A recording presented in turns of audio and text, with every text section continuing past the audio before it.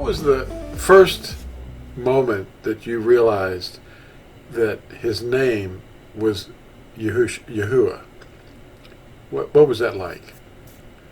It was like a light bulb turned on in my head. Yeah. And I just realized how long I was going, how many years I was walking blindly in the dark, calling on someone or some title that really wasn't even close. If it was a mispronunciation, it would have been one thing, but I mean, to not even be close. Mm-hmm. That was just, and then that Proverbs 30, what is his name? If you know it. Yeah. Yeah. And it's like, I don't know it. Well, they don't read these things in the circuses. They just they don't. They bounce around here a little and there a little, but they're not reading the entire warning that the whole scriptures is. It's nothing but a bunch of proof texting and eisegesis. That's all you get in these Christian organizations. Right. And then if they do happen to stumble upon some nugget of truth, they just get up, brush themselves off, and walk on like nothing happened. Mm-hmm. Yeah. It's pretty sad, actually.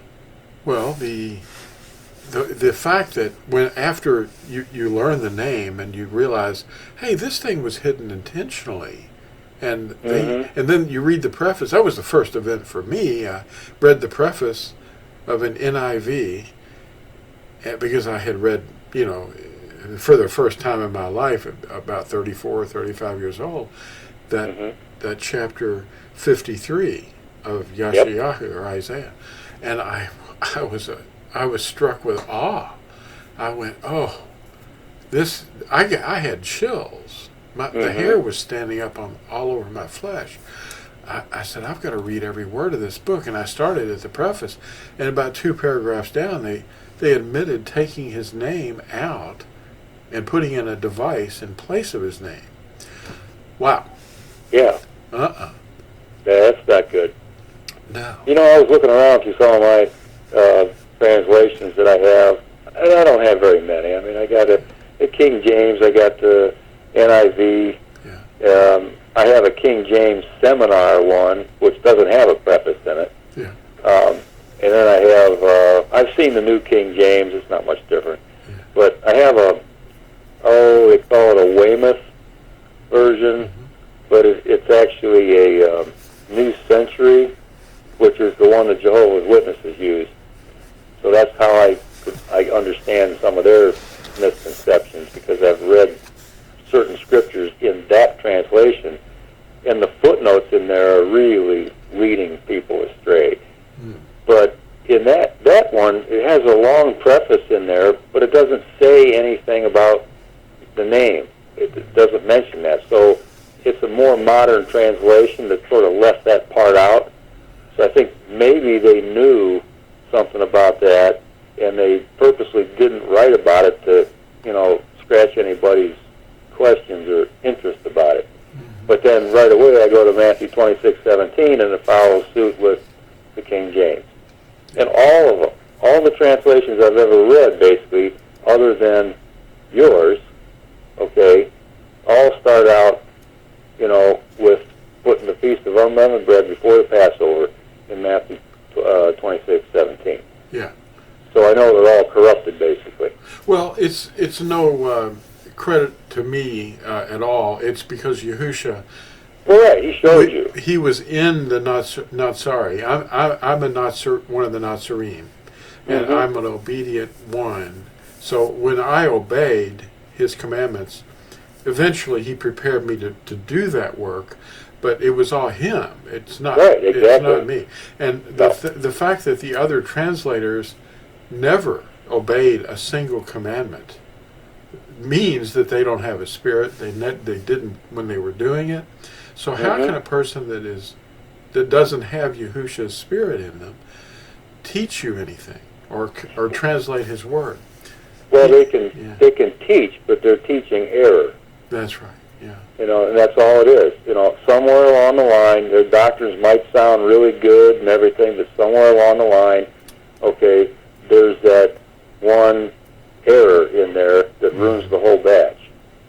So, you just can't, and it's not by, it's not a mistake. Okay, that stuff is well thought out, and it's on purpose. And if a person, a teacher, preacher wants to keep his position, okay, in the business, I call it, then he can't go against that, and unless he's willing to really stand out and search for truth and receive Yahushua's Spirit.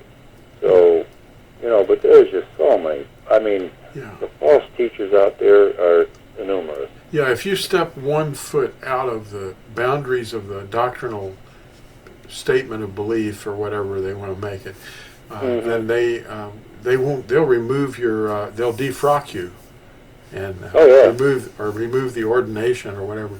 Our ordination comes from the orders given to us by Yahushua, from the written word.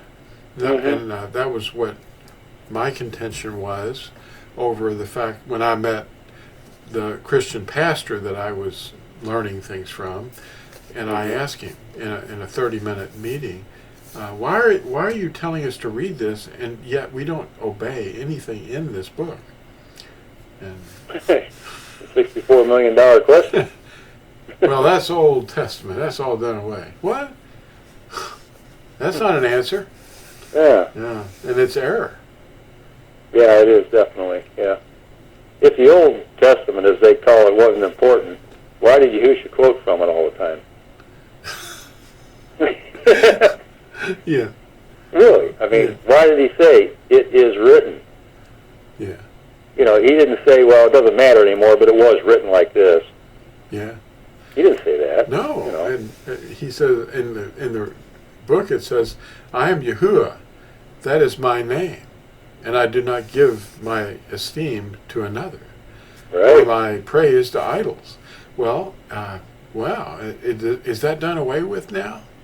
Because everybody that you talk to, even the regular people that study under these people that don't have Yahushua, will say, well, God has many names. Where's that written? Right. Do you have any place where you can find that in Scripture?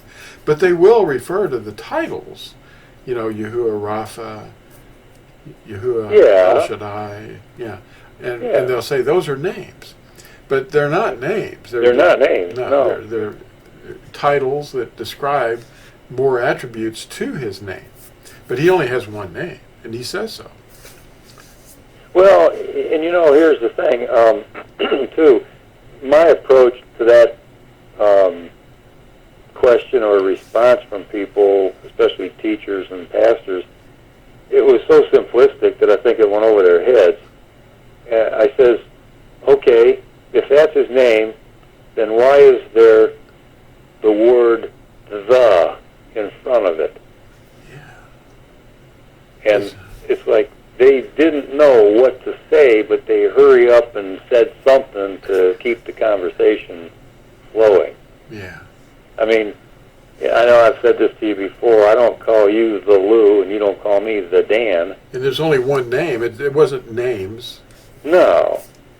Exactly. Acts 24:5. There's only one name under Shamayim. Yeah. So it's like, wouldn't it behoove you to find out what that name really is? Yep. If we don't have the authority to change our own names, I mean, who's to say that even if we do, we think we can change our own names? What name will be in the Book of Life? It's not going to be the one you choose. Yeah. So, we can't go around changing his name. And translating someone's name doesn't do it any justice whatsoever. No, it's just another language's translation of the meaning of a word. Right. But his name is his name. And that wasn't something that I was really aware of until I started reading the first edition that I ever got of the book that you wrote, Fossilized Customs. And it was pointed out, it was like the 6th edition or something. And it was written in there, about names and place names are never translated. and I read that, and it's like, okay, but I just sort of logged it in my brain. But then I remembered, every time I watched the movie or anything like that, and people spoke in a different language, they always said the name of the person or the name of the country or the city. It was always in the right, it made the right sound, even though it was in a different language. Yeah. And it's like, okay, now I understand that. So, it made sense to me, too. I mean, it's a very simplistic way of looking at it, but it made sense. Mm-hmm. And so it's like now I see that in full color, and I explain that to people when I talk to them. It's like, when you go to, this place in the world or that place in the world, and you talk to the people, doesn't matter what language they speak, you tell them what your name is, and they're going to make the sound as closely as they can using the letters in their alphabet. Yeah. In their language, the sounds. Yes. It's all about sound. When he says, "Come, let us reason together," well, that has a lot. There's a lot of content in those few words. Oh, yes, Yahoo. Yeah. Because when we 118. Yeah, when we reason together with Him, that's what he's With talking Him. about. Come, let us reason together. Then everything starts to, make sense. It's cognitive. It's something that your mind is being altered because it's in union with His mind. Mm-hmm. And then everything changes because all that stuff that is stuffed into our thoughts is of human making. And that's what he means to purge out the old leaven, the teachings of men. Right. You gotta get rid of it and start over with just the word itself and not the footnotes, Mm-hmm. Yeah. Yeah, I was looking at some of that stuff, in footnotes and whatever in some of these translations. Unless you really know what Scripture means, and you read those footnotes, they can be very misleading because it's just put in there by the translators, and they all just sat around a circle and pulled straws. Okay, let's just put this in there. That's what it means. Well, it's real slippery for them because they don't have his mind. Right. So they're slipping and sliding all over the place going, hey, what's that word mean? Let's look it up. And make anything work that seems to fit. It's like throwing something at the wall to see if it sticks. Yeah. But, and it all comes down to when people are in a group, they all want to think the same way as each other. They all want to be doing the same thing the other one's doing because they don't want to feel like an oddball. They want to fit in. And even if they don't understand something, they'll agree with something just to fit in with the other people. That's the way humans are. I mean, it's unless you're really different. When we go out into a meeting place where there's anybody up there talking, it's usually limited to one.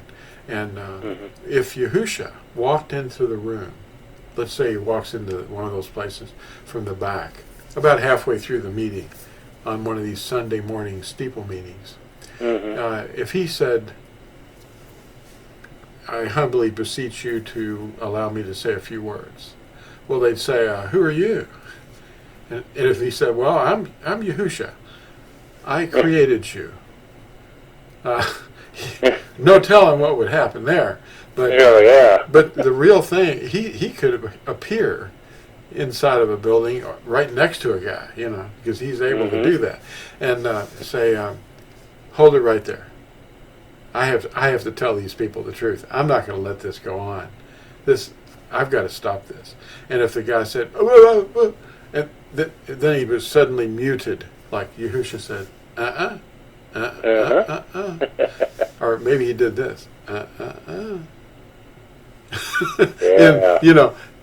then he just had 1 minute to speak. That audience would be absolutely in awe. And then if he just sort of disappeared into not smoke, but just a little light beam went ding, and he just disappeared. The pastor would be, he would say things that would have been a put down not an insult to the person, but to the teachings. We never want to condemn a person. We want to watch our speech and our words and and even a person that's teaching something in error. You explain what the error is very carefully. Oh yeah. And then you still might have to avoid the person, but you have to go to them first directly in private. That's what Matthew chapter 18, Yahushua's own instructions is to go to them privately. And then if they won't hear you, then take it to the elders, and then if the elders come and talk, and the person will still not change and improve, then they're to expose this person to the group, but not to keep ramping it up and sending it all over the planet and just putting up billboards. No, he's not talking about that. He's saying to assure them of your love. You forgive and comfort, and it's 2 Corinthians 2 verse 7.